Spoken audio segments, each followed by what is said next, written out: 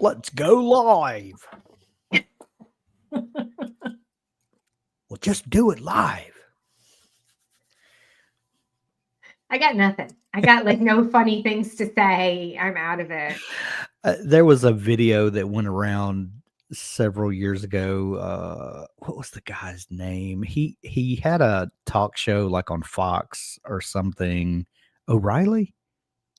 I don't know. I don't watch any of them. Bill O'Reilly sounds like Bill O'Reilly, but name. before he was like a political commentator, he was on like Inside Edition or one of these like news magazine type shows, and they had video of him just melting down because they were trying to do like a pre-roll recording ahead of time, and he just lost it, and he would start screaming to people, just blankety blank, we'll just do it live. We'll just do it live. It was hilarious. It was just, the kind of things that nobody wants to get out, but they kind of become memes of their own when they do it. Yeah.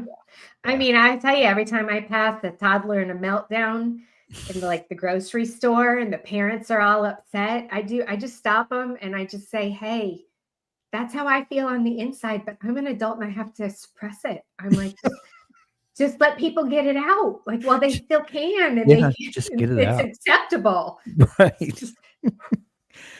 Hey, everybody. Thanks. Want to lose it. Right. Alive.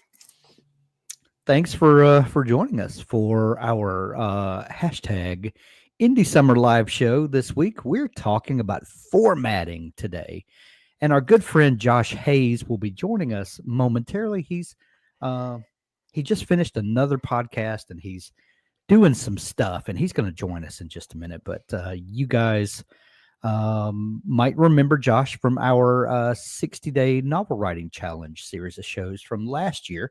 And Josh has been a friend of Dabble and of the channel and stuff over the years. And he's an awful lot of fun and been a good friend of mine for several years. And one of the many hats that he wears is a book formatter. And so when we decided to dedicate a week to formatting books, I said, well, I know just the guy that we can, pick the brain of. And so Josh is going to join us in a minute. But how is everybody today? I know we just left writing sprints, and a lot of folks, I see a bunch of our sprinters in the chat here, B and David and Reed and other names that are scrolling past me. NJ, never ever want to leave out NJ. Here we go. Hey, there's Josh. I see him backstage. Let's add. Hey, Josh. Hello. How are you? I am great. Sorry it took me a minute. That's quite all right. I was just telling them that if Josh cared about us, he would be here. But I know you're very low on my list, Hank. Josh, this Abby, Josh, I know this is the first time you guys are meeting, but Abby is our community manager who runs used to be the Storycraft.cafe, now the Dabble U campus. I'm still tripping over myself every time, but Abby, brain. Yeah, Abby is our wonderful community manager there and my co-host for all things hashtag Indie Summer. And so anyway, I was just telling them before you popped on, Josh, that this week we're talking about formatting, and one of the many hats that Josh Hayes wears is he formats books. And we were talking the other day, Josh, that formatting is one of those things that when done well, you don't see it. It just disappears. It's just one of those things that you just take for granted because the book that you're reading just works right. Whether it's the Kindle edition and the words flow properly, or if it's a paperback or whatever, formatting when done correctly is invisible. For sure. Yeah. So, welcome to the show. Thank you. Abby, it's nice to meet you. Yeah. It's nice to meet you too, Josh. Yeah. Yeah. So, did we have a question that we want to dig into before we jump in, Abby? Or... So B's question was really more about rapid releases. So we can hold that to the end. Okay. And maybe after we talk about formatting. Okay. Yeah, sure. I got it marked. Yeah. Okay, great. So Josh, what got you into formatting? Like when did you realize that this was a skill that you should probably familiarize yourself with? It was not a skill that I ever thought I needed to utilize. Yeah. I had way back in the day, I had self-published some things on Amazon that I had to Mhm. format for Kindle, and I mean, man, this is probably 13, 14 years ago or something Yeah. like that. And you had to use Word, and Yeah. you had to figure out how to do the margins, and you had to figure out like all these trim spaces and how to make it all I absolutely hated it. I did like one or two of those, and I was like, nope, I'm good. I'm not ever doing that again. um the reason I got into it uh a couple of years back, I think 3 years now, and I'm still doing it, and I do it quite a bit, is my friend Steve Bowyer and Rhett Bruno started Athon Books in 2018. And at the time, Steve was doing all of that. And now well, even 3 years ago, they're just too big now. He can't do it. I mean, he used to edit too, and now he doesn't do that anymore. But they needed help formatting the books for release. And so I figured out how to use Vellum and really kind of dove into the program a little bit. And now I used to do all of the books that we released, I formatted. And so I was doing anywhere from 5 to 8 books a week. Wow. Formatting them. And now we have another guy, Kevin Summers, who is on board. He does a lot of stuff for InDesign and You talking about the literary outlaw? yep, the Devon literary Summers? outlaw. Yep, I still have that shirt. I have Do both you? shirts actually. Yeah. Kevin, for anybody that doesn't know, way back in the day, he was uh, a host of the Literary Outlaw podcast, him and Jason Onspach, and they had shirts made up. Well, the first run of their print, the E's were messed up, and so everybody that ordered those got the second version where the E was not messed up, and I kept the bad E, and it was like a collector's edition. But yeah, so he helps us now. He does a lot of our advanced stuff. So we're formatting books now on our print side that won't come out until next year, because we we're publishing through Simon and Schuster for bookstore distribution, and a lot of those books have to be done 9-10 months in advance. Kevin Summers did this book. Oh, no joke. Yeah, he did all the layout, and yeah, it's absolutely gorgeous, the work that he did on it. But Yeah. we had a fun fact about Kevin Summers, and I need to get Kevin on the podcast soon, but we had a friendly feud for a few years where we were making YouTube videos about each other, and he and his daughter made a hee-haw style video where they did the you found another and you were gone kind of thing, and it about me, and it was hilarious. But anyway, that's neither here. I'll have to dig it out. Nice. Yeah. Yeah. So it took probably it took me probably a year to get really proficient at it. And depending on what type of genre you're formatting in, we typically do science fiction and fantasy. We do thriller. We do what we call romantasy. I think a lot of people call it romantasy too. Um, it really kind of dictates the level of formatting and how you format them. A lot of our first run romantasy books we were doing in InDesign, um, just because the way that those books are formatted is different, or the way they're presented is different sometimes, and even the way they sell them is different. Yeah. And so a lot of those books we needed to do hardcover through Ingram, but we're starting to kind of push those back into our bigger portion of formatting and style. But we use Vellum. I don't know if anybody else is familiar with that, but Vellum is a fantastic formatting software that will take any Word doc you have and allow you to create print, ebook, and ebook in multiple formats. Interesting. And you can, you don't have to have, if you're doing a print book on, well, let's just say we do 5 1/4 by 8 for the size. If you're doing that in a Word document and then you want it in, say, 6 by 9, or you want it in a small, you have to redo the entire format, right? In Vellum, you can just do the format and then tell it how you want it to be presented. And so we can do ebook and print in the same Vellum file. You can even, and we do this in our books too, you can tell it, I don't want this in the print. I only want it in the ebook, and it can all be in the same file. But now I can go through and format, let's just say 100,000 word book. If it's a straight science fiction book with nothing crazy in it, I can format one of those in about half an hour. And from beginning to end, from opening the file and to being able to get the ebook and the print version out.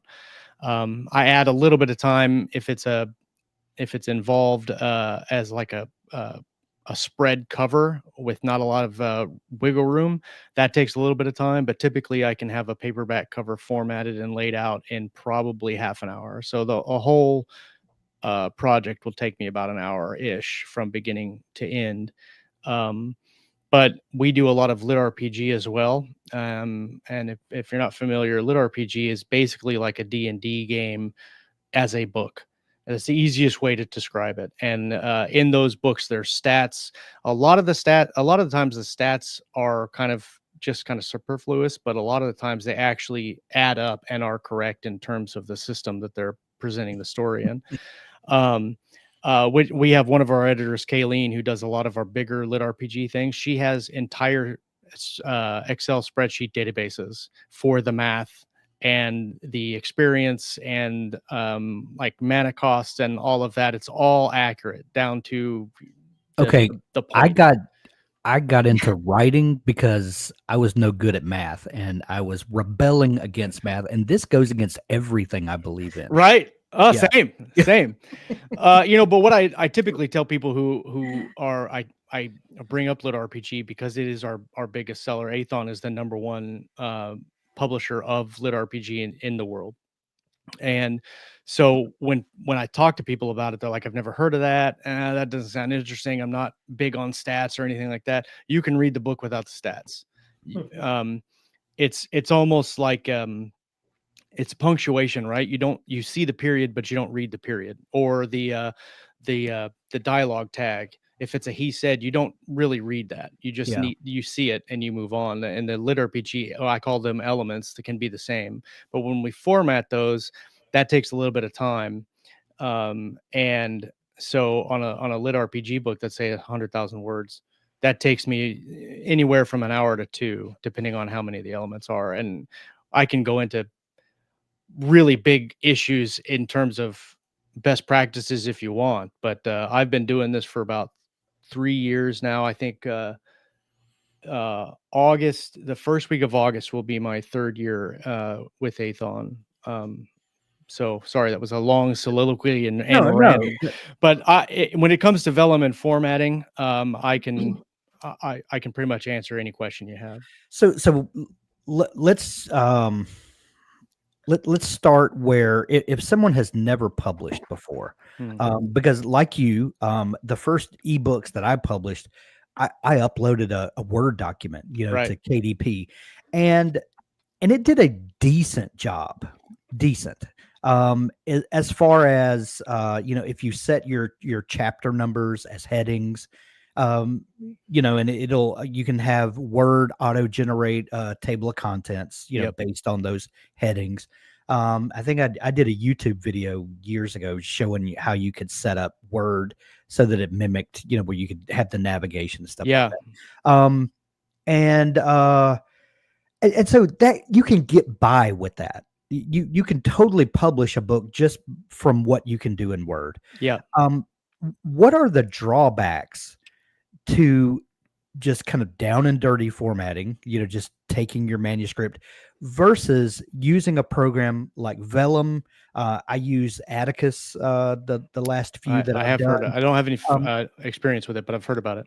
Yeah, Atticus is web based, and it was by the Kindlepreneur guys, I believe, put it together. Uh, yeah, Maybe? Atticus, isn't that Dave Chesson? I think Yes, that's Dave Chesson. yes, Yeah, I believe so. yeah, And let's also say Vellum is Mac only, right?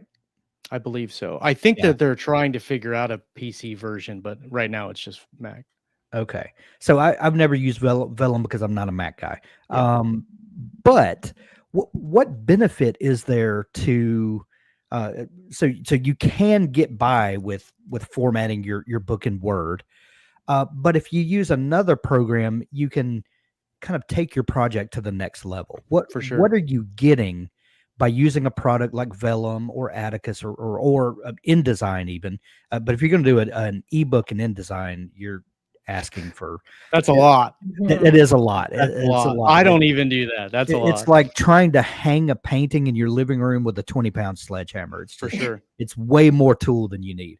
S- But anyway, what's the benefit of the down and dirty uploading a Word doc versus actually formatting and laying out your book? Yeah, I mean, I think the number one thing is simplicity, I think, in my mind.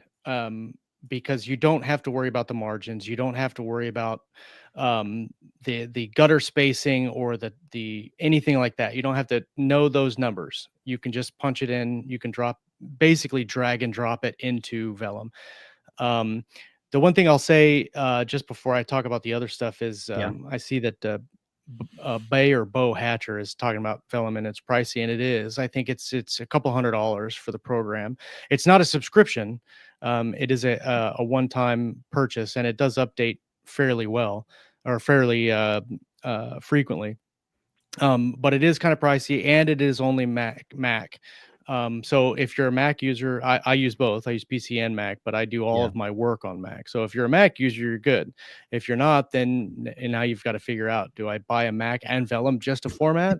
And Right. that's the other thing too. And is it worth it to like because some people will do that Yeah. if it's worth it. Well, and that the thing is, you have to decide how is it going to be worth it for you specifically. If you're an Right. author that is like my friend Scott Moon, who does a novel a month and Right. publishes a novel a month, and you're going to be using it frequently, and you're going to be, let's just say once a month you're having to format a book. If you're having to do that with a Word document every month, and you're spending all of that time trying to get everything right, unless you have some kind of template that you can figure out on Word, then it might be worth it for you. But if you're only doing like a book a year or every couple of years, it probably isn't worth it, right? Um, for me, like I said, we do 5 to 8 books a week, and I could not do that in just a Word document. Yeah, Um, sure. for Vellum, and I don't know about Atticus, but for Vellum, there are many, many things that it does extremely well. There are some things that I don't like that it does because of the genre that we publish. Yeah.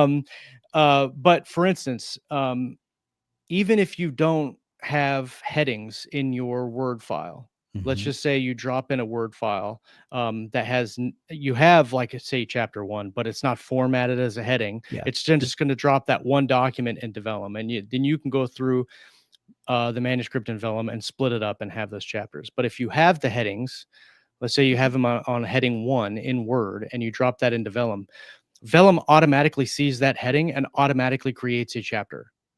And so Nice. when you import it into Vellum, say you have 50 chapters in your Word doc, more often than not, you're going to have 50 chapters in Vellum. Also, if you are doing it in Word and you want your chapters to look a specific way, like you want the chapters to start on the right page of the book, or you want them to start halfway down on the page, you're going to have to go to every single chapter line and format that individually in Word. In Vellum, if you want the chapter to look a certain way, all you got to do is click the option, and all of them look the same way. You can also change typeface. You can change positioning, all at the click of a button. That in Word you would have to go through and either create a style or change it individually. Um, the other thing that you can do is you can change how your sections section breaks look. So if you have like the 3 asterisks, you can make that as a solid line or kind of a faded line. You can even import your own custom scene break icons or graphics and have those. You can do that for chapter headings as well. Images, it'll do links super easily. You can again create an ebook or a print at the same time and have them look identical and in whatever size you want. And it does a really good job of translating what you want into options that you can just look at and click. It also does themes really well. So if you want like a science fiction theme, they have a theme in Vellum that you can just click and it changes everything, like mostly your title, the way that your chapter title is presented, whether it's chapter 1 or the actual title. It does subheadings in the same kind of style. But it has some for fantasy, it has some for thriller, it has some for generic, just generic fiction. And you don't have to go in and specifically change things in Word. The only thing that I really dislike about Vellum in general is that there's not a great way to change font size in the actual manuscript portion. Like I can't highlight a specific sentence and make that bigger or smaller or change the format of that sentence. There's ways that you can change how it looks, but you can't just like flat change the size. And I've come up on a couple of limitations for that. Specifically, if you're writing a really long book, I have found that generally speaking, the max word count for a book on Kindle is, for the size that we do, is about 275 to 290,000 words. If you're doing a book longer than that, you're going to hit the cap page count on KDP, because there's a cap depending on the size, and we usually use 5 1/4 by 8, so that cap is 770 pages. But KDP is kind of quirky, and so I've come on that 770 a couple of times, and it's rejected it, and I've had to play around with it. But it makes the process really, really simple. And if you want to change something of it, it's a button click. It's really easy to go in and make those adjustments. So it just in general speaking, if you're just looking to put out a book a year, or you're trying to do it as a hobby, formatting it in Vellum or even Atticus, I'm not sure what the price point on Atticus is, but it could be something that you could look into just if you want them to look really super nice and professional, or you could figure out how to do that in Word, and it doesn't cost you anything other than your Word subscription. Atticus looks like it is $147. So it's a little bit cheaper than Vellum. It's a little bit, and it's web. And I think Atticus isn't Atticus a writing software as well? I thought that it was. It is. Nah. Yeah. Because I talk about it. No, I know. I use Dabble when I write. I'm a Dabble evangelist, just like Hank. He got me onto Dabble. I use it all the time. I love it. Yeah. Atticus, to be fair, is a writing software as well. It's just not very good at it. Yeah, yeah. And this is not a conversation. This is a conversation I have had with them. They know how I feel about it. It's fine. Well, the only reason I bring that up is because Vellum is not a word processor. It's not a writing software. It's just a layout software, right? You can write in it, but it's not for writing. Yeah. I don't know. I mean, I guess you could, but there are way better programs like Dabble to use for writing. Right. And that's the same way with InDesign. Like you can write in it, but it's why would you exercise want to? And futility. So let's pare this down a little bit first. If someone is about to publish their first book, let's start with the realities of publishing today. The realities, if you're publishing your first book, especially indie publishing your first book, 90% of your sales are going to be ebooks. Right. And we're gonna say that other 10% for in-person signings, that you might have at your local bookstore or wherever, copies that you're going to sell on your website, different things like that. The majority of your sales are going to be ebooks, Yes. with a few hard copies, but mostly paperbacks that you're going to sell. So if you're starting, it seems to me that the first place to start would be formatting your ebook, because that's where the vast majority of your readers are going to interact with your work, is on a Kindle or an iPad or whatever, or their phone. And more and more people are reading books on their phone, which is wild to me, but okay. Right. I stare at my phone way too much as it is. I don't want to read books on it. But anyway, what are the differences in layout for ebook versus print? Because print is very specific and very much a WYSIWYG. What you see is what you get. When you lay out the page, that's how it's going to print on the paper. Yeah. Ebook is not so much, because with the Kindle or your phone app or your iPad, if you change the text size, that's going to reflow everything. And the sentences are not going to lay out the same. The paragraphs are not going to lay out the same. Yeah. So what is it about laying out ebook that gives you that freedom, so that it can stretch and condense and all of that while still maintaining a fluid consistency? Um, in Vellum, there you can preview the page, and you can preview the page on multiple devices in the program itself. So you can see what the print is going to look like, and you can see what the ebook is going to look like. Um, on the ebook side, you cannot change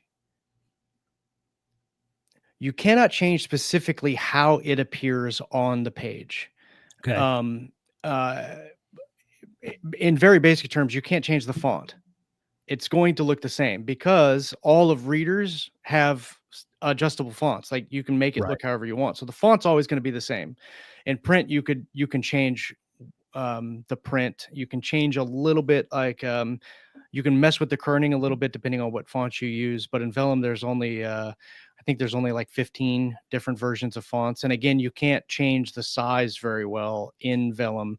So I couldn't make you can change it on a slider when you're doing print settings, but if you're trying to go to a specific point, there's a top end and a bottom end, and you can't go above those. And so that's why, like when we're talking about book size and page count, in a Word document, if you've got a 350,000 word book and you do it in Vellum, you're going to hit a cap because you can't go over the 770 limit.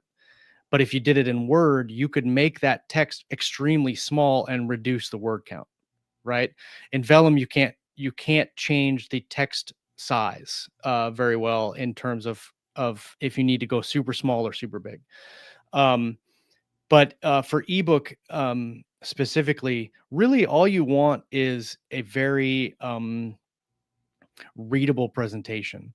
And this is one of the things that I've struggled with Lit RPG in particular is in a normal book, it's going to be fine. You'll dump in your words and you'll have the paragraphs. Everything will line up. It'll be fine.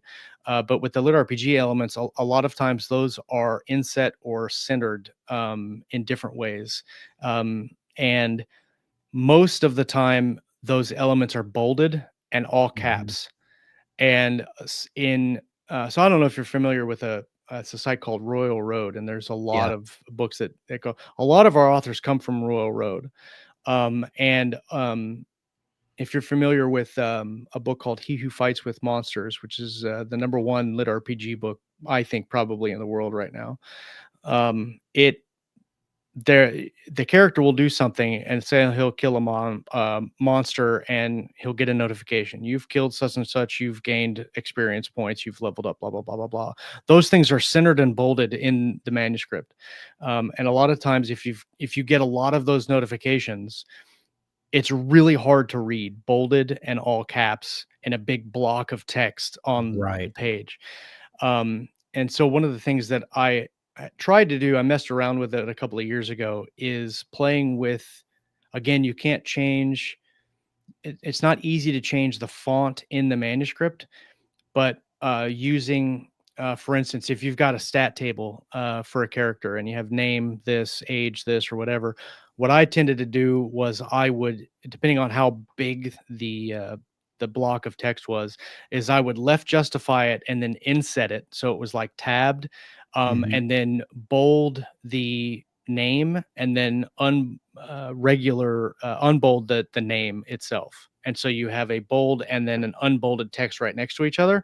That Right. makes it easier to read, in terms of just looking at it on the page. Also, if you've got huge blocks of text, in a stat box or a skill or something like that, breaking it up into smaller sections makes it easier to read. Instead of Mhm. having, 20 lines of text, you break that up into 4 or 5 line groups, and that makes it easier to read. It'll expand your word count too when you're pushing it on the page. Um, but it's really easy in terms of just normal presentation to make it look readable and easy to read on an ebook reader, because Vellum just makes it.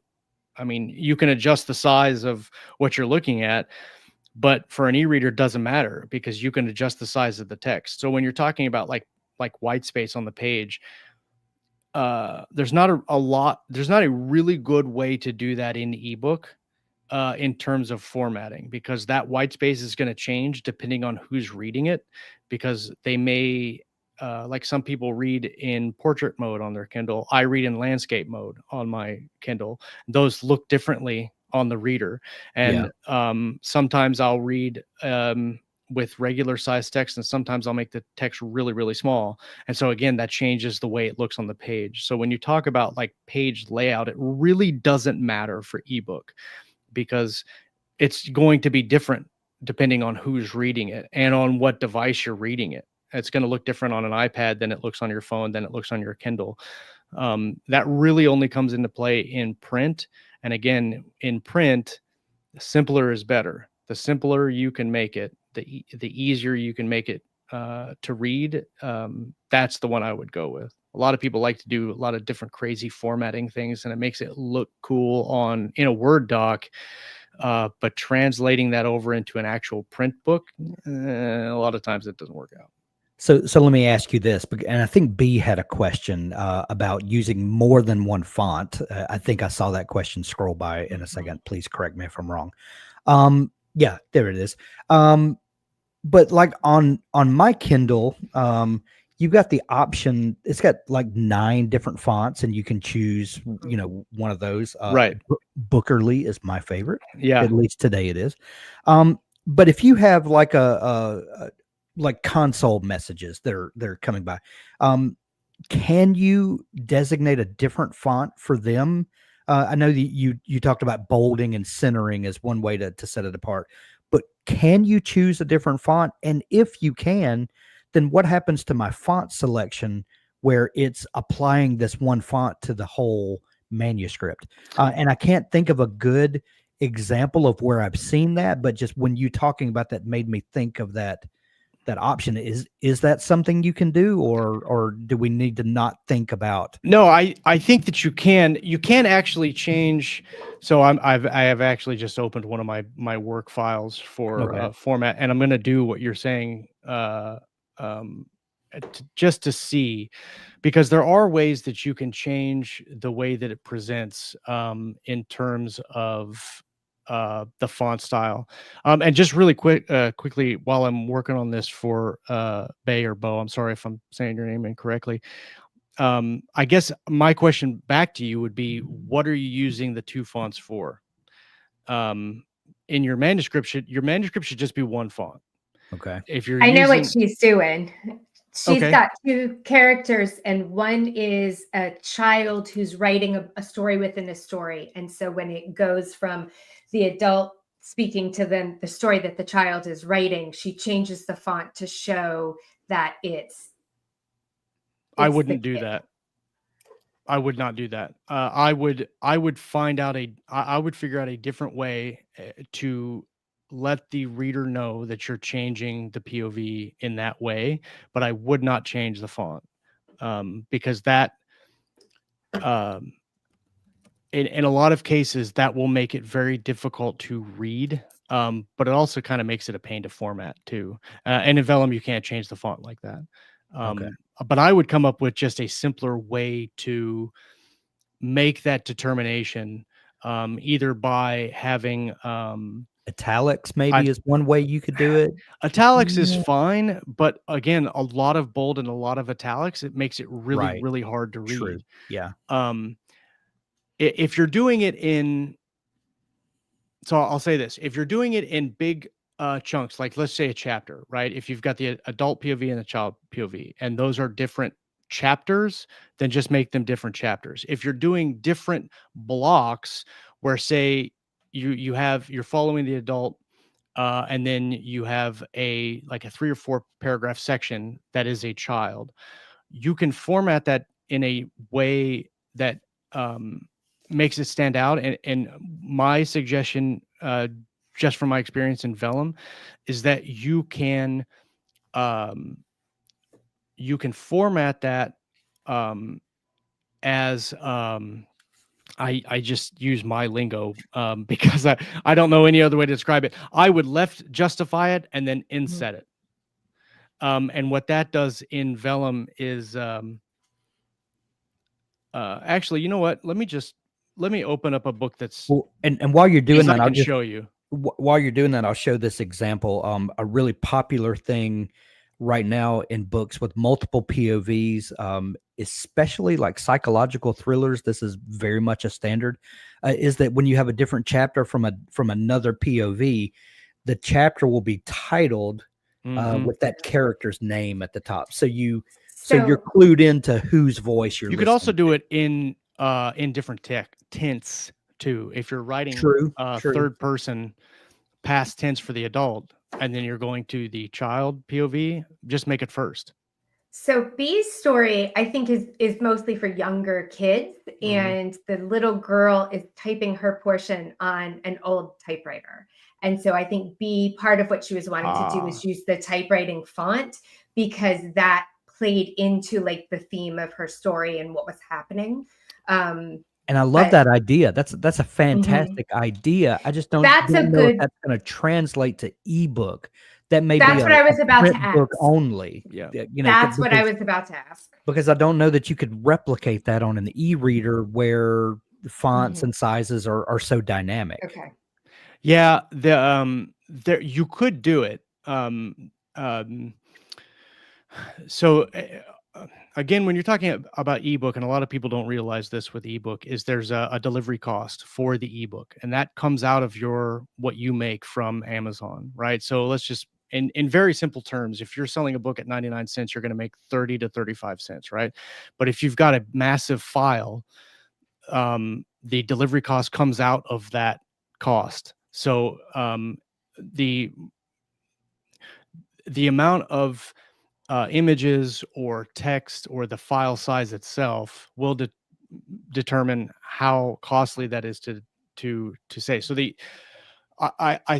I say this would be a good option if that's what you wanted to do, is to screenshot the typewriter text and add that as an image into Vellum as a full page image. But the problem with that is images are very big in terms of file size, and it makes your ebook enormous. And like we at Athon, we are just now we are testing a new format where we used to do full page title pages. Let's see, what's a good description of this? Hold on one second. Yeah. Okay, this is a great example. So this is my latest book. It's not a very good book, but my latest book. This is how we format them. Where's the camera? So this is 5 1/4 by 8, I do, and when I format, I do the wraps for the paperback too. So I do ebook and paperback all the same. But what we typically do is we'll have a title page at the very beginning of the book that is usually the cover. This one, it turns out this one was one of the books at the very beginning when I talked about self-publishing on Word doc. This was it, the first version of this, and it was atrocious. This title image is actually the original cover of the third book. Anyways, the Peter Pan series. Yeah. Okay. So we usually make a title page like this, where we have a black and white version of the cover and the title, and then our company branding at the bottom. And depending on how crazy I want to go, sometimes I will do the cover. Let's just use this as an example. I would leave the ship color and then make everything else black and white, because on the e-reader, you'll see the color. Now in print, you won't see it. Right. But in e-reader, when you open that up, you'll see that really cool black and white color image on the title.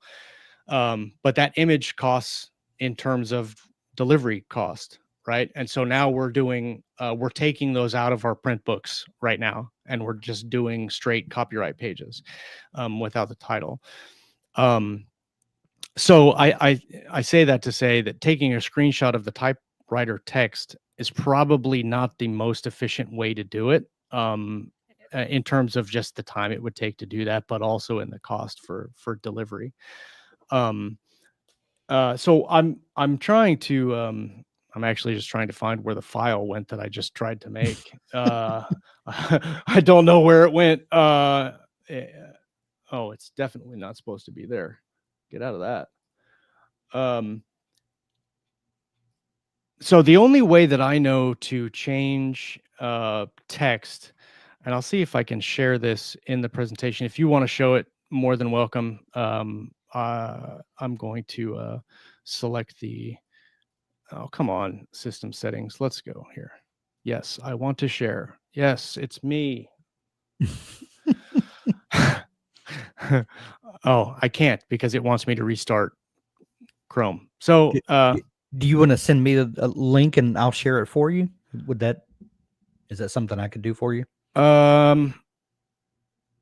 mean, yeah, I can just take well, hold on. Let me see if it works first before I do all of that. I should have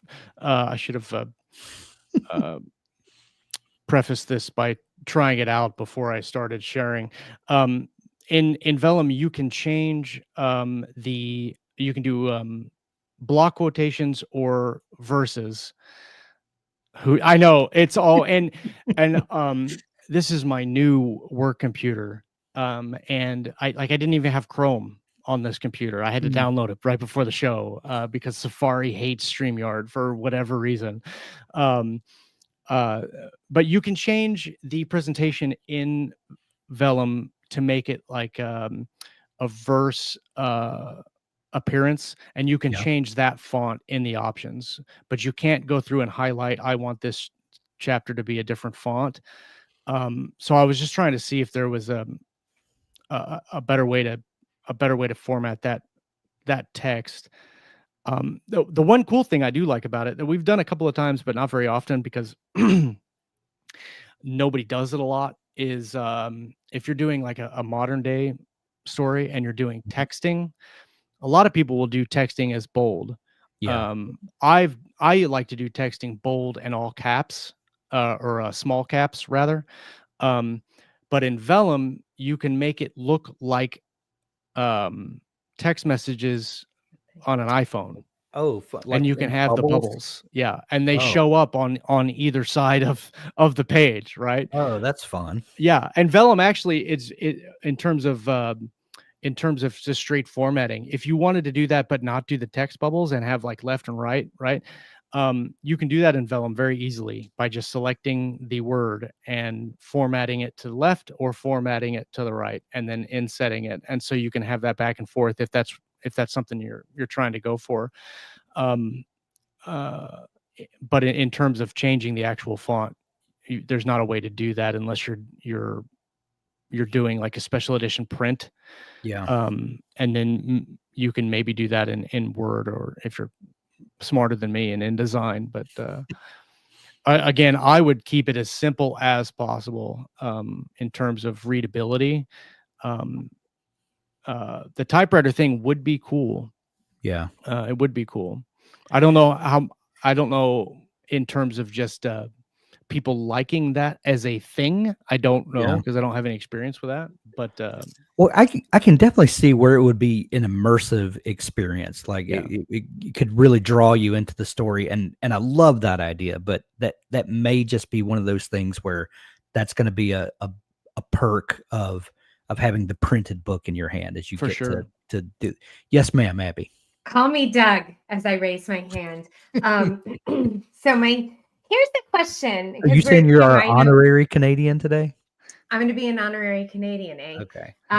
So here's my question. Please and thank you.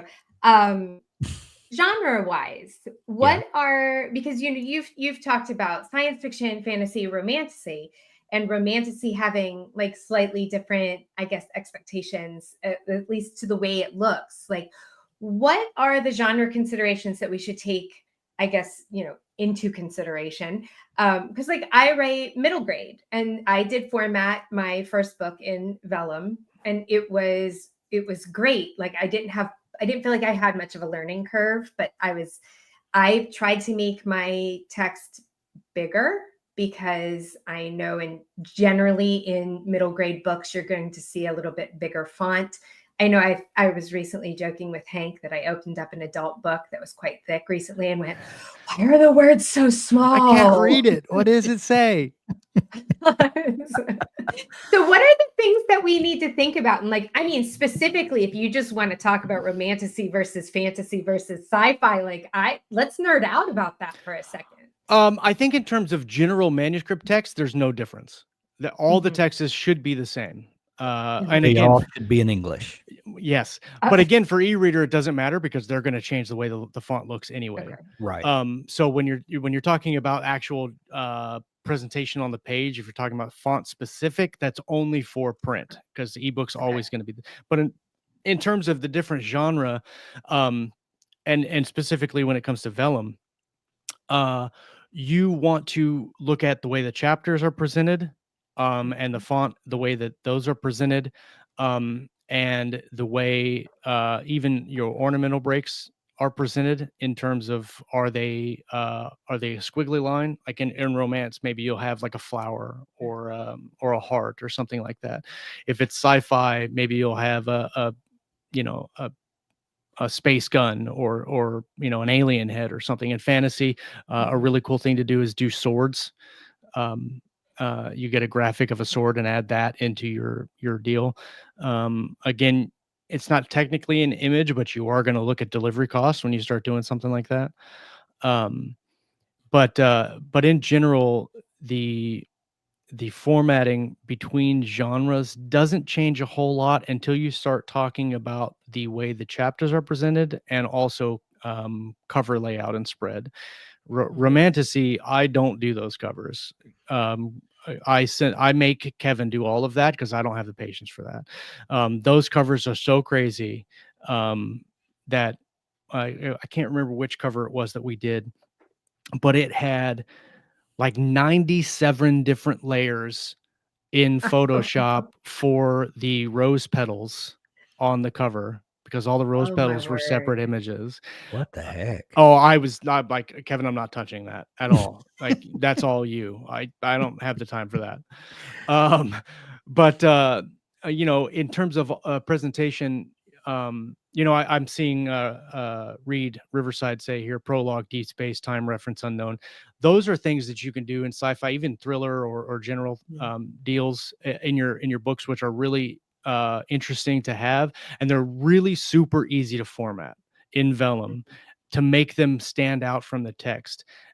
Specifically, you can do a subhead which changes the font and changes the size. Subhead typically makes it a little bolder and a little bigger in terms of text, but you can also just what is the actual vellum term for this, because I don't know what the term is. You can now I'm not even seeing the you can format it, man, and I don't know where the actual term is. And anyway, if you format a section or a line in Vellum, like you're talking about this deep space time reference, Command T is what changes the justification of the text from normal to centered or left or right. Command T is the base hotkey for that, but I can't see what the command is actually called. What is it called? Well, in Photoshop, Control T or Command T would be free transform. Is it something like that? Yeah, but it I know that it's in the menu somewhere because I had to So when I format, this is just a little thing for me. I use this when I format it, and this is it's a very cheap, customizable keyboard shortcut. And so what I do is I make command, like the justifications, the insets, the bolds, merges, clear formatting, all of that is a hotkey for me. And so I don't have to type in hotkeys. A lot of times I don't even have to take my hand off the mouse. I can just go through the manuscripts and hit the hotkeys. So you can do the subhead for the system deal, or you can just left justify it and inset it. And what happens is, when you look at the base format, you're going to have your paragraph spaces. When you format it and then inset it, it gives it a little bit more space between the lines, but it also sets it into the book, almost like a tab. And it puts all of those, if you inset multiple lines, it puts all of those on the same spacing and the same tab. So it makes them stand out, and you can bold them too. And then the bold shows up regardless of, ebook. The bold does show up. That's one of the things. Bold and italics do present in ebook. But you could subhead those, or you can inset them, and those will look great. And for a sci-fi book or a fiction book, if you're doing that, I always either right justify an inset or left justify an inset. You can do like centered, but I think that the left or right side looks better. So here's an example. This is Mistborn, the first Mistborn book by Brandon Sanderson. This is on my Kindle. Yep. And you've got the little icon there at the top, and you've got the bolded prologue, which would be the chapter heading. Yep. And then the first sentence is left justified. And then below that, the first paragraph is indented. And that's and if you go through the table of contents, every chapter is like that. Like it's that's a template, right, Josh? Because it automatically did that when I dumped mine into Vellum. Yeah, so Vellum, that was Vellum does the Vellum does the left justify for the first line, and then the second line. Yeah, that's the next chapter, and so forth and so on. But when you can hold on, let me do my hotkeys here real quick. Which is how Josh does it in 30 minutes, is he has the special pad. Right. Exactly. That's the reason I got it, because I didn't want to have to move my hands. And or else his fingers would look like this all the time. Just as a quick aside, and then I'll go into this format thing. As a quick aside, for the lit RPG elements, and this is something that you need to think about if you start using Vellum, going from Word to Vellum. If you're doing a lit RPG and you have a lot of centered, bolded, or all caps elements, Vellum does not like those, and Vellum doesn't know what to do with them. Ooh. And so when I said I could do a book in 1 or 2 hours, I've had 2 books in the 3 years that I've done this that I absolutely wanted to throw my computer out the window, because one book took me 12 hours and another book took me 16 hours to format, and that's just the text. Because when I brought it into Vellum, and it was a 250,000 word book, I brought it into Vellum. The book itself had 97 chapters. In Vellum, it had 592 chapters, because Vellum saw the lit RPG elements. Ooh. And it doesn't do it with all of them. Chapter breaks. It saw them all as chapter breaks. And so, and it gets worse than that. So not only did it make automatic, I made all those extra chapters, which in Vellum, if you highlight chapters in the binder and then click merge, it puts them all together. So I could go through and find all the chapters and merge them. But if it made a chapter, it made that a heading. So when it brings it into the book, it makes it a subheading in the book. So then you've got to go into the book format and clear out the formatting so it's stripped, but then you have to reformat it to make it match the other lit RPG elements. So if they're bolded and centered, I've got to select all of them, bold them, and recenter them. And you have to do that for all of the elements. But doing that 597 times takes a really, really, really long time. Oh my gosh. But so yes, you can set up your in terms of the chapter presentation at the beginning. You can make the first line be all caps. You can make the first 5 words of the line be all caps. You can have the big A, if you're starting with and this happened, the A could be big. And then the words fall around that. I really do. There's so many like little things that you can do that you don't have to, like, you can do, just type your thing in Dabble, export it to a docx, bring it into Vellum, and then do all of that style stuff in Vellum, and you don't have to mess with it in Word or in Dabble. You don't have to worry about any of that. You can change almost anything you want. I'm not saying that there will be a future release of Dabble with a formatter. I'm not saying that. So Reed has a question about how when he imported something in development, I think this kind of connects back to what you were saying, Josh, about like you ended up with all these chapters. Like if he pulled it in development and it stripped parts of, I think it was parts of his headings and things. Are you able to go back in and manually type in those headings, like so that you can get it in? So sometimes, and I've seen this before, and it doesn't happen very often, but when I see it, I've had this happen before, where you have in his example. Let me see if I can find his text again, where he's talking about the planet here and deep space time reference unknown, right? So sometimes Vellum will see the multiple lines. Let's say deep space is one line, and then time reference unknown is another line right below it. Sometimes Vellum will see that and go, I'm going to make 2 chapters because that's 2 things. And so then you have the title prologue, which that starts the thing. And then you have deep space time reference as 2 chapters and there's no text. And then in the void of endless, in the endless void of space, that starts chapter 1. And so you'll have 4 things in the binder that will show as chapters, and then you merge them. The other thing it might do is it will do the prologue, and then it'll kick deep space into an own chapter. And in that chapter, it will make time reference unknown a subheading of that chapter title. And I didn't see this because I came up against this, where I was like, there's information that's not in this. Where did it go? Sometimes when it makes the new chapter with deep space, and then it makes the time reference unknown as a subheading in Vellum, when you merge those chapters together, it deletes the subheading. And so you only have deep space in the endless void of space.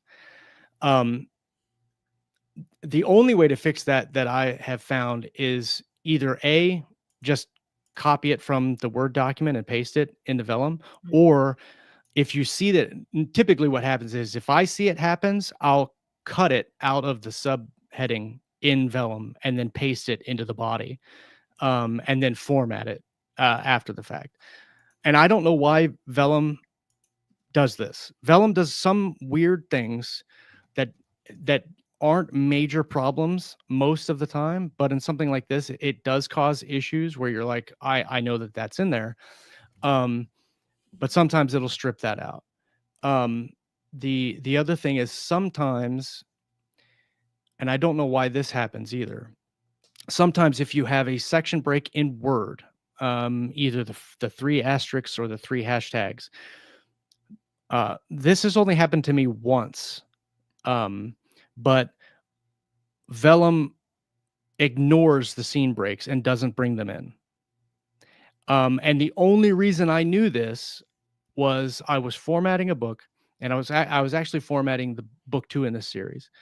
and it looked interesting to me. I hadn't read it, and so I went on Amazon to look at the reviews to see how it had done. And is the colon in there? Yes. So the colon will make it.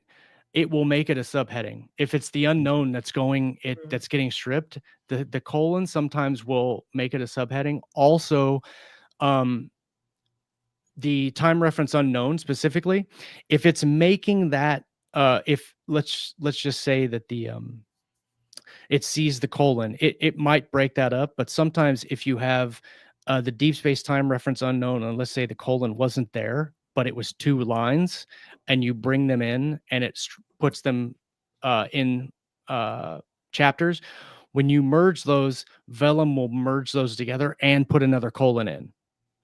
And so you have to be careful when you're merging chapters. Sometimes if you have multiple subheadings in that chapter and you merge them, it will put them on the same line and put a colon in between them. And so you've got to go in and take out that extra colon and then bump it down a line depending on how it looks. So yes, sometimes it does see the colon and does some weird things.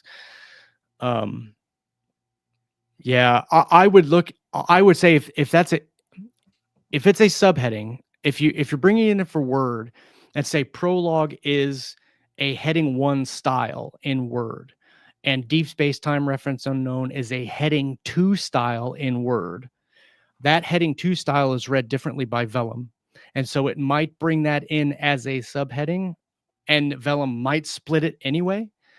And so you just have to see how it's styled in Word, if it's styled at all. My suggestion would be, if this is happening, don't style it in Word.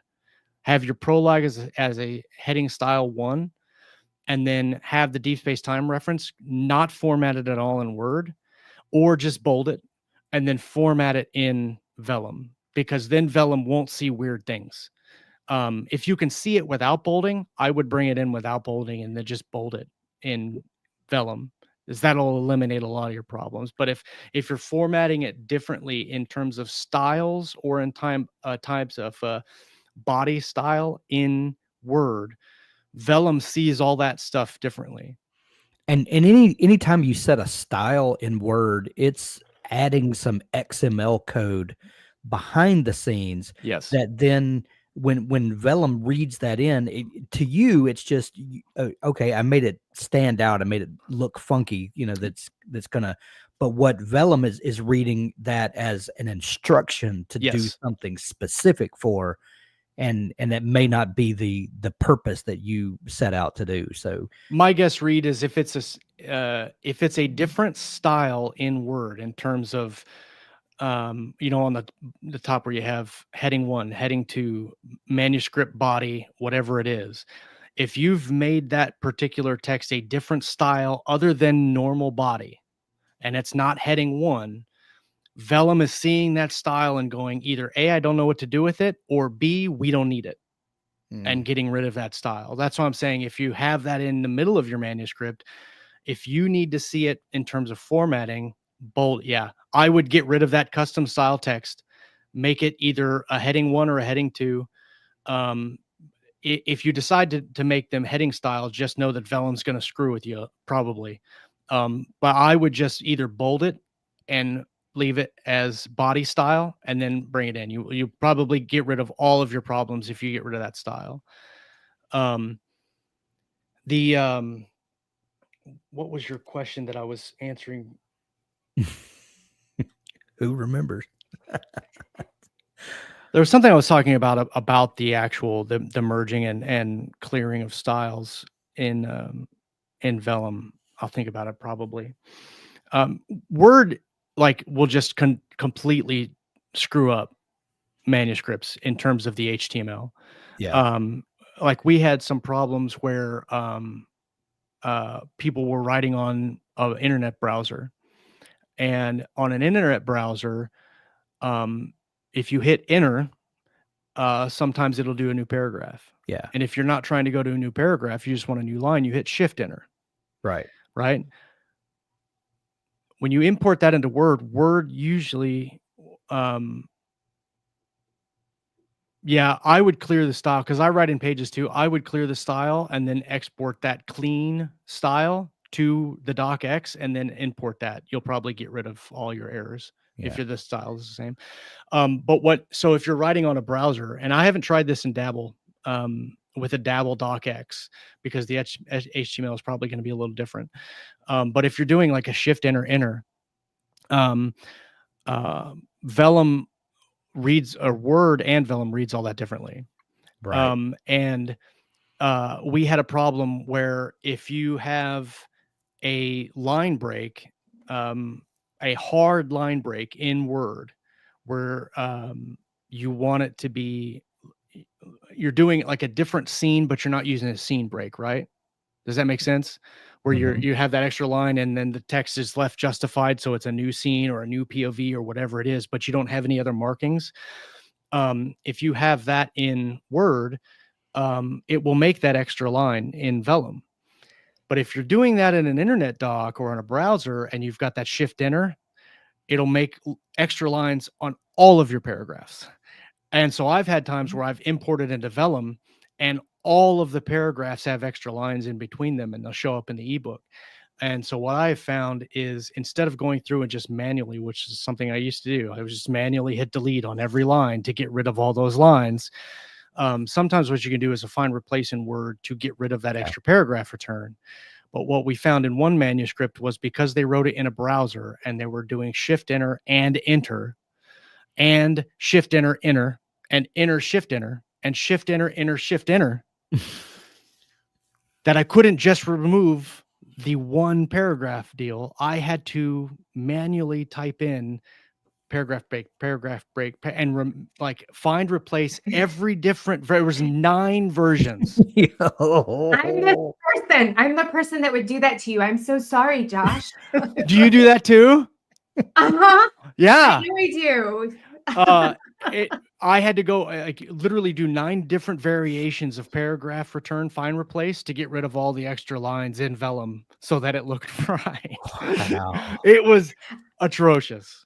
I think Dabble has broken me of that though, because it automatically, you just hit enter and then you just keep going. For sure. Yeah. There's a lot of weird things that look great in a Word doc, but Vellum is like, I don't like that at all. I think that's disgusting. I'm going to take that out.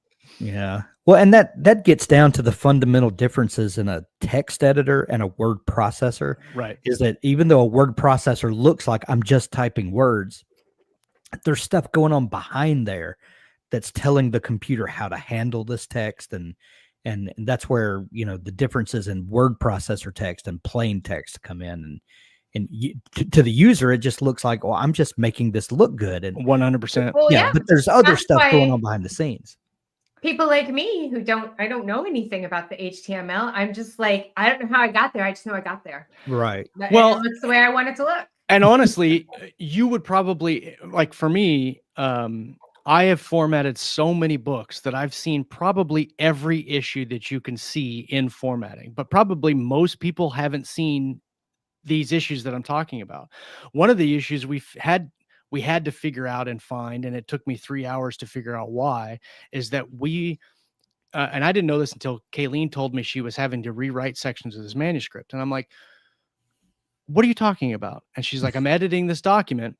And every time I go to delete this word, because it has a different space for some reason than the rest of the words, and it's sized a little bit different. Every time I go to delete that word, it doesn't let me just delete the word, and it deletes like whole lines. And I'm like, what are you talking about? And she's like, so if there's a fires with a possessive S and it's got a apostrophe, I can't just delete fires. It deletes the whole line. And when I was bringing it into Vellum, I wouldn't see the issue, right? So I go and I look in Word and I'm like, okay, this is weird. Well, after about 2 hours of searching, I found out that I think it was the E. It was either the E or the S. One of those letters was English Arabic and not English United States in the HTML in the Word doc. And so Oh, wow. you could not select the apostrophe because of the way that it was formatting the HTML for those letters. And so I just had to do a select all and change the English style to US and from Arabic, and then it cleared everything. But I don't know how that happened. Like it's weird. The other thing about HTML, and this is the last one I'll mention. If you have other questions, we can get to that, because I could talk vellum and formatting forever. Same with anything that Hank and I have a show, and it's like, just talk forever. The other thing I'll mention too is if you're doing it in a web-based writing system, and this relates directly to Royal Road, because a lot of people just write in the internet browser in Royal Road. If you're doing format styles like, say, italics, if you have this came out specifically in a book that I didn't real. Oh, that's what I was talking about. Let me write down remember italics, because I remembered why I was. So the section breaks that didn't show up in this book. The only reason I noticed it is because I was on Amazon looking at the reviews, and several of the reviews said the POV changed, and I didn't know that the POV was supposed to change. There were no breaks, there were no sections, there were no markings, there were no nothing. And I'm like, that's really weird. Why is that? And so I went into the vellum, and I'm looking through the vellum, and I'm like, okay, like I don't see any problems. And so then I went into the original manuscript doc in Word, and I'm scrolling through, and in the very first chapter, scene break, scene break, scene break. When in the vellum, nothing's there. Oh, And wow. so for somehow, whatever Word had done in the section break in the HTML, vellum was just like, nah, we don't need that, and got rid of it. And so I had to go through the manuscript line by line with the manuscript pulled up and vellum pulled up to reinsert the line breaks into the document, because there was no way to I couldn't figure out what the style thing was. So that's something to watch out for, especially if you're messing with styles in Word. That's what I'm saying. The cleanest is the best, because if you're trying to do something like vellum says, nope. But in terms of italics, if you're writing in a web-based system, if you've got a line of dialogue in quotation marks, and say, blah, blah, blah, blah, I'm the very prettiest man on earth, Hank said, and then thought, that's not really true. And the thought is in italics. And then you have manuscript dialogue text after, all in one line. So you have the quote, the dialogue tag, the thought, the internal monologue, and then he walked across the room. In some internet browsers, when you export those, the way that it does HTML is it sees italics and goes, everything's italics. And we didn't see this. We didn't see this in Pages, but in Word you could see it. So because I work in Pages almost predominantly, if I'm not in the Dabble software, I work in Pages, and so I brought it up in Pages, and I'm like, I don't see the problem here. And so I text Rhett and I go, Rhett, there's no problem in this book. I don't know what's going on. I don't know where all these italics are coming from, because I don't see them. In vellum, I could see them all, but I didn't. I just thought, again, I don't read the words. I just look at them to make sure they look right on the page. And so when the author said, all this is screwed up, why did you make all this stuff italics? I'm like, bro, I didn't do anything. And so I text Rhett and I said, hey, I'm not seeing an issue here. Can you see it? He opened it up. He's like, of course there's an issue. And then he screenshot it and sent it to me. Well, he was looking at it in Word. I was looking at it in Pages. Pages didn't read the HTML right. Word did. And so you could see where everything was screwed up at. And so I had to go through and change the format in Word to make it all right. But just be aware that if you're exporting off of a browser, and that's why I'm really interested to do a book out of Dabble to see what kind of HTML is involved, because sometimes it'll see that HTML and really kind of go crazy with it. And Dabble, vellum can only read the HTML that it can read. It doesn't know what it means. And so it'll just say, oh, yep, that's right. Put it on there. NJ West says, sounds like vellum is an unnecessary complication. It is only a complication in terms of if it sees something in the HTML that you're doing in Word that it doesn't understand, 99.5% of the time, if you're not doing anything crazy in your document in Word, Vellum's going to bring it right over and you're not going to have any issues at all. Mhm. There's very, very limited number of instances where if you're doing something stylistically, like with the caption style, or if you're doing some kind of weird scene break or something like that, sometimes Vellum will see that and not know what to do with it. But if it's just a clean base doc that's just a story without any crazy styles, Vellum usually, there are some books I bring in Vellum I don't even have to touch. Wow. I bring them in, done. Sometimes you'll have to change the way the chapters numbers work, because Vellum automatically numbers chapters. So in your Word document, if you're doing like chapter 1 name, and then you bring it into Vellum, sometimes Vellum doesn't see the chapter 1 as a, like, this is what I want it to look like. So you'll have 1.chapter 1, then title. Mm. And so sometimes you'll have to delete that chapter 1 to just have the number. The cool thing about Vellum is, in terms of chapter headings, if you want it to say 1.chapter, you can say that. Or if you want it to spell out chapter 1, you can do that. Or if you want like a Roman numeral, or not have the number at all, but still have it numbered in the table of contents or whatever, you can do all of that stuff in the program, without having to go through your Word document and manually changing everything. I have to say, I exported from Dabble into Word and took that Word document and dumped it into Vellum. And it was so easy. I actually thought I have to be doing this wrong. Nice. I mean, I really thought I was going to have to do more, and I didn't. So The one thing think sorry, Dabble go ahead, exports it just right with those chapter headings. It must put it in the right format, that then when you dump it into Vellum, it was like a piece of cake.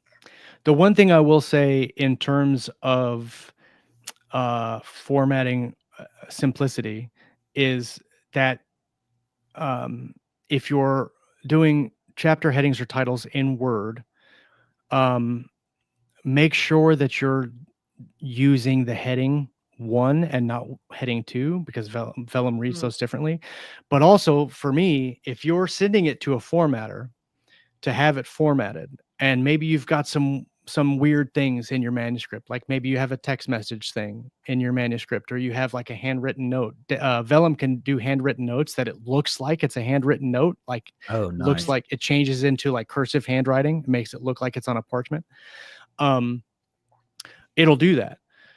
But if you come up to a problem and I don't know the book that I'm reading, and 10 times out of 10 I don't know the book, I'm just looking at it. So if I come to a problem in the formatting and I'm like, oh, that's not right, and I need to go check the manuscript, but the chapters are not headings in Word, I cannot go to the table of contents and click that chapter and find it. I've got to go in and do like a find replace, and I hate like typing in words to find the thing. I just go in and I click the chapter. So if you're going to do that and you have some issues and you're sending it to someone, I definitely recommend formatting at least the chapters as heading 1s, so that when you bring it up in a manuscript, you can see the table of contents, or you can open up that side panel in Word where you can see the navigation bar. So that way the formatter can go through and look. And also it makes it really easy when you're importing into Vellum, because if I have the Word document up and it's got 50 chapters, and on the side navigation deal, I can see 50. And then when I bring it into Vellum and I've got 74, I know that there's a problem, so yeah. So NJ wants to know if, is there a way to get paid doing formatting for people? So we know that editors have become, a cottage industry within indie publishing, and cover designers. Is there a place for formatters in Absolutely. I've considered doing it freelance, but I'm trying to do too many things and I just don't have the time. Even though it only takes me an hour to do a basic book, maybe even less than that sometimes. I just don't have the bandwidth to do it. There's definitely a market for it, I think. Especially if you don't have, if you're doing it yourself and you don't want to mess with it and you just want to pay somebody to do it. The problem is finding clients, because if you're probably not going to get an established author, because they're either going to have a formatter or a publisher that's doing it for them already. But definitely freelance formatting is especially if you can do it easily. And with Vellum, that's one of the easiest programs I know of to use.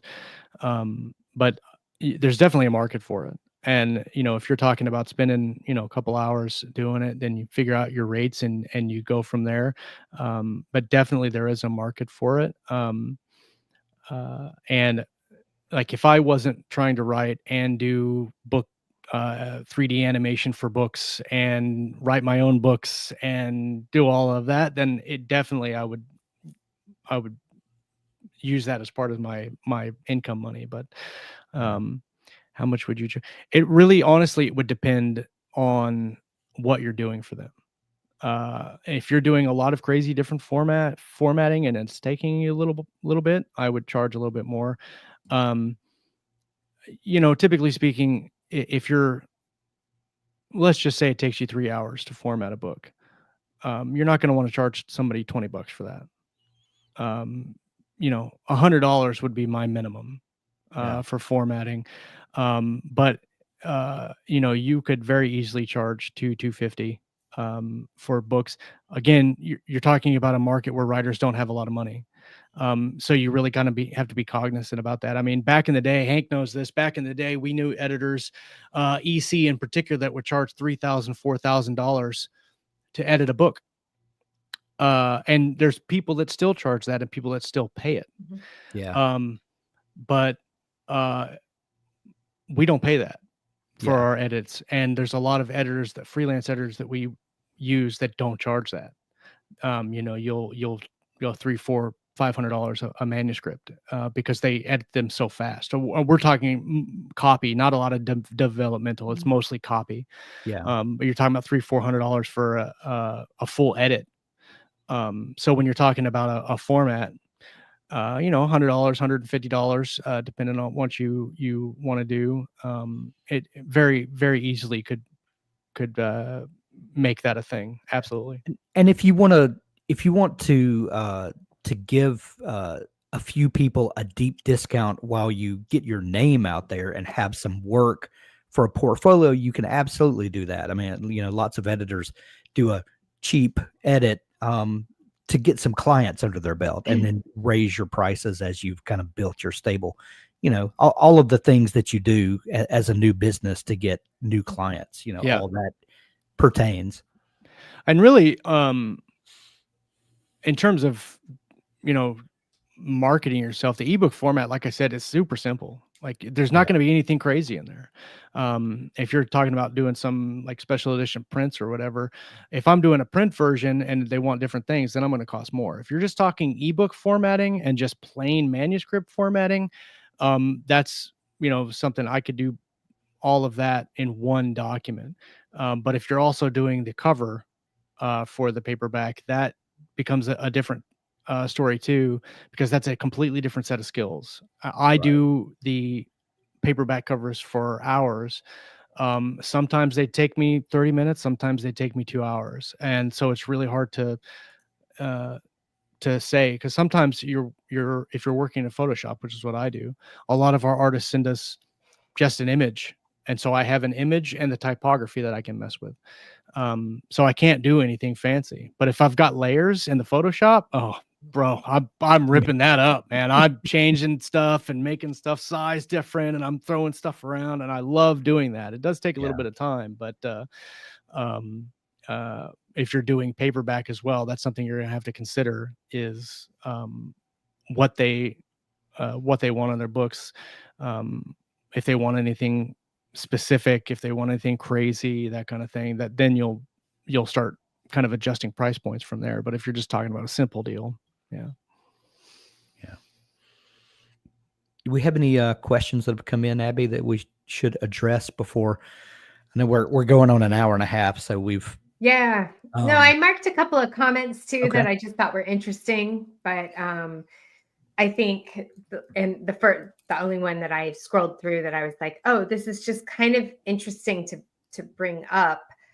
And I say it because I'm currently working with a cover designer, and my sister, who is a graphic designer herself, looked at the cover design and said, for accessibility reasons, the color of the font and the jacket copy in the back needs to be darker. And so just the accessibility piece, when Shannon said, I think for dyslexic readers, there's a certain font you should use that's easier to read. It helps the letters to not move around so much. All of a sudden, I was like, whoa, wait a second. But I'm guessing if you do an ebook, if somebody has an accessible reader, they have it on Kindle. Convert You can itself. choose. I read in open. I also write in Open Dyslexic.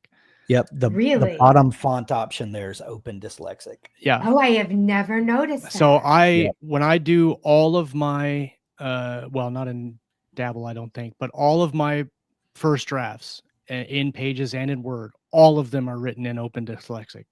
And then when I'm done doing the first draft, I'll go through, and what I normally do is I'll pick a chapter and I'll reformat it to Times New Roman, and then go through and make the edits because it looks different and it's easier for me to edit that way.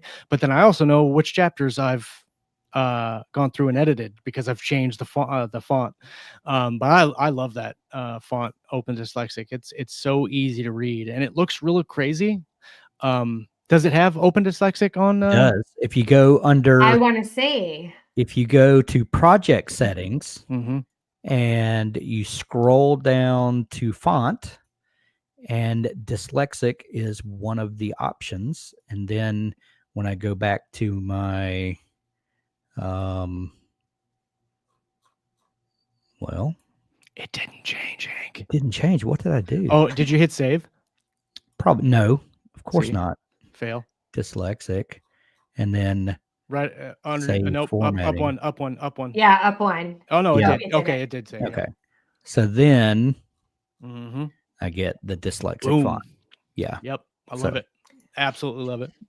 Just Yeah. remember, if you're formatting on Word, to change the font. But then again, it doesn't. Honestly, it doesn't matter what format you bring it into Vellum, because Vellum's going to make it the base format anyway. So it doesn't matter what font you're using. I will mention really quickly, and I know we're trying to wrap up, but in terms of print press, when you're talking about advanced copies, test copies, you can do that on KDP as well. The Mhm. only thing that I've noticed as a potential issue, and there's not any way to fix it that I can find, is that if you're doing a wrap cover, and you won't have this issue if you're doing a wrapped cover where the image is the same image all the way around. Right. You're not going to have the problem. But if you're doing, like, if you do an ebook and you just have the ebook cover, which is a lot of times what we do in Athon, is 9 times out of 10, all I have is the ebook cover when I do the paperback spread. So I've got to do the spine and the back, and I have some secret sauce tricks that I like to do to make it look great.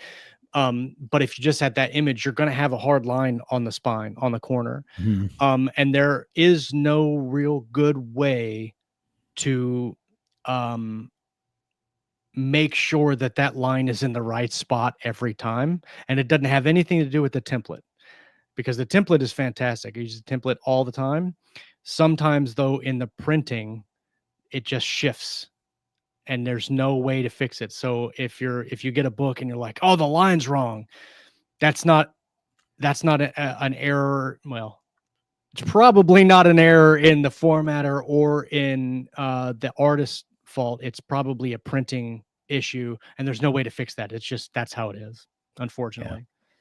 So last question, if we can squeeze it in real quick, Sure. because I feel like I sort of know the answer, but picture book formatters would be different from regular formatters. I feel like the illustrators put the words on the page because they want to oftentimes work them into the design of the page itself and the pictures that they're illustrating for each A picture book you're author. probably not going to want to do in Vellum. You're probably not going to want to do it in Word either. You're probably going to want to use either Photoshop or InDesign. And my guess would be InDesign would be the way to go. I don't know. I don't have any experience in that, but Vellum, you can put pictures in Vellum and you can make whole page pictures or small pictures or whatever, but there's no way to adjust font placement or typography on the image. You have the image and then it's on. So like if you were trying to do an version of the book, and you could do that in Vellum, it'd be a massive file. But I think either way, it'd probably be a massive file. I'm not, I'm trying to think, because if you do Word, it's going to be the same image, PNG file. Didn't KDP have a children's book formatter at one point? I'm speaking completely out of turn here about something that I think I kind of remember. I think either way, you're going to have a big file delivery cost when it comes to that, just because of the nature of it. But I think just because of the nature of it, people are going to expect that anyway. And those books are typically going to be more expensive than a normal book, so that delivery cost might not even be an issue. But you could do that. You can make a full size image, and then make sure that it either has bleed or no bleed, because you can choose those images in Vellum, those settings in Vellum, and also adjust them in the KDP dashboard to make the image span all the way across. But you could do that, and you could do it very easily. You would just have to make sure that like, for instance, if you're doing a page with text, that's what you're bringing in. You're not bringing in the image and the text on top of it. You just basically would have to make a PNG of the page, or a JPEG of the page. And then you're going to have, let's just say that it's 50 pages. You're going to have 50 image files that you're going to bring in. Oh, nice. So honestly, it probably wouldn't be. Yeah. KDP does have a children's book illustrator, or not illustrator, a formatter. And there's a program for Mac or PC that you can download. Oh, nice. It helps you to do that. I know nothing about it. I just remember seeing it and reading about it one time. So everyone's mileage may vary, but I mean, Kid Lit, we're always like the redheaded stepchild of the book world. I feel like just all of us Kid Lit authors here. We're like, how can we be a big PIA for you? The cool thing about Vellum and kid children books in general, but also middle grade too, and I've seen it done in other genres. But when you have pictures of like the main character, or like a stuffed animal or something like that, you can use those as chapter headings, but you can also put them on the page as backdrop images on like a chapter. You can put them as like a background grayed out. That was one of the things I did ask my illustrator to give me. He's doing like a little wrench.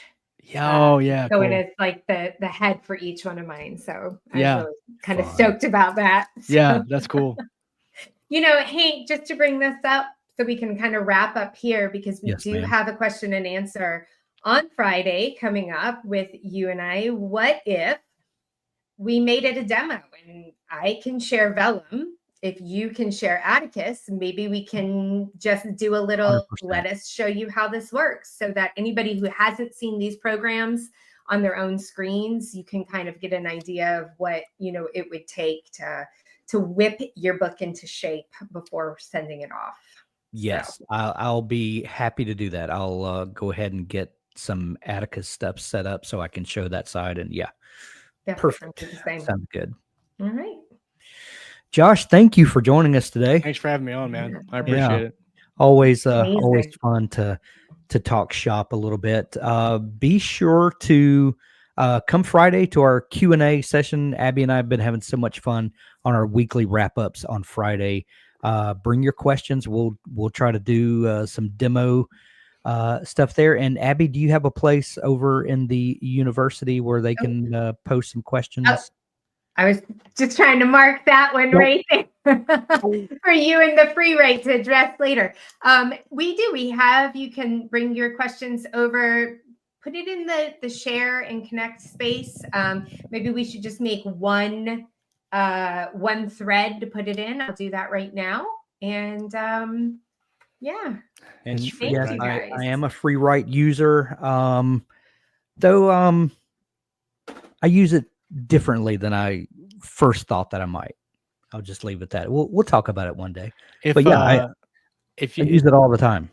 But if it during your question and answer, if you have something that comes up and you're not sure about, feel free to shoot me a message, Hank, and I'll see. I may know the answer to it, and I can shoot it back to you, and that way, at least you Perfect. can get some kind of an answer. Perfect. Sure. Perfect. Thank you, I'll Josh. have Absolutely. Josh on the hotline ready. Yeah, that's right. Emergency dial. Emergency dial. Josh. Red phone. Yeah. All right. Well, thanks for joining us, everybody. We'll see you on Friday. I'll be hosting writing sprints tomorrow at 11:30 Central Time, 12:30 Eastern Time. So stop by and join me. I'm going to be working on some final edits that I have to turn into to Athon for Nice. a book that Josh will be formatting soon. Dude, if your format sucks, I'm calling you and I'm throwing it right in the trash. Delete. Well, I've got 4 manuscripts heading your way, so get ready. Nice. I hope he does a lot of shift enters for you. Oh, Why would every other you? line. Where is your folder? Let's see. Where is Hank Garner's folder in Athon? Flag it. Just flag it. Yeah, Hank, just oh, flag. Hank Garner. Let's see. What do you have in there? Do you have anything in there? You do have. You're. I'm gonna write, justify, and center all of your text. Perfect. Thanks for joining us, everybody. Have a great day. We'll see you tomorrow and Friday. Bye-bye.